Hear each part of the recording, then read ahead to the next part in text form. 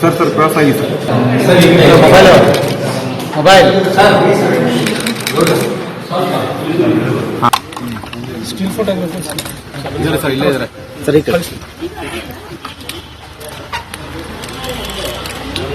ಬನ್ನಿ ಮದನ್ ಬಾಯ್ಲ್ ಒಂದು still photo. Congress ಮತ್ತು ಬಿಜೆಪಿ ಇಬ್ಬರು ಒಟ್ಟಿಗೆ ಸೇರಿರೋದ್ರಿಂದ ನಮ್ಮ ಮೈತ್ರಿ ಏರ್ಪಟ್ಟಿರೋದ್ರಿಂದ ನಿಶ್ಚಿತವಾಗಿಯೂ ಇವತ್ತು ಚುನಾವಣೆ ನಡೀತಿರುವ ಅಷ್ಟೂ ಸ್ಥಾನಗಳನ್ನು ನಾವು ಗೆಲ್ತೀವಿ ಅನ್ನುವ ವಿಶ್ವಾಸ ನನಗಿದೆ. ಮೈಸೂರಿನಲ್ಲೂ ಕೂಡ ಒಳ್ಳೆಯ ವಾತಾವರಣ ಇದೆ.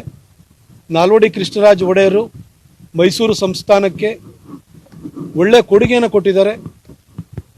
100 ವರ್ಷಗಳಾದ್ರೂ ಕೂಡ ಅವರನ್ನು ಇವತ್ತೂ ಕೂಡ ಜನ ಧನ್ಯತೆಯಿಂದ ನೆನಪು ಮಾಡಿಕೊಳ್ಬೇಕು. ಅಂತಹ ಕೊಡುಗೆಗಳನ್ನು ಯೋಜನೆಗಳನ್ನು ಅವರು ಬಿಟ್ಟು ಹೋಗಿದ್ದಾರೆ.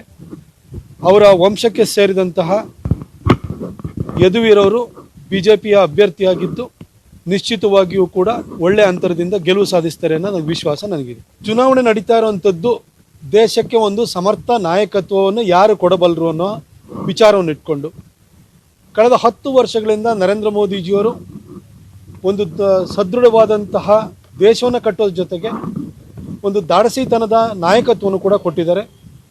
ಅಂತಹ ವ್ಯಕ್ತಿಯೇ ಇನ್ನೊಂದು ಅವಧಿಗೆ ಪ್ರಧಾನಿಯಾಗಿ ಮುಂದುವರಿಬೇಕು ಅನ್ನೋದು ಈ ದೇಶದ ಜನರ ಅಭಿಲಾಷೆಯಾಗಿದೆ.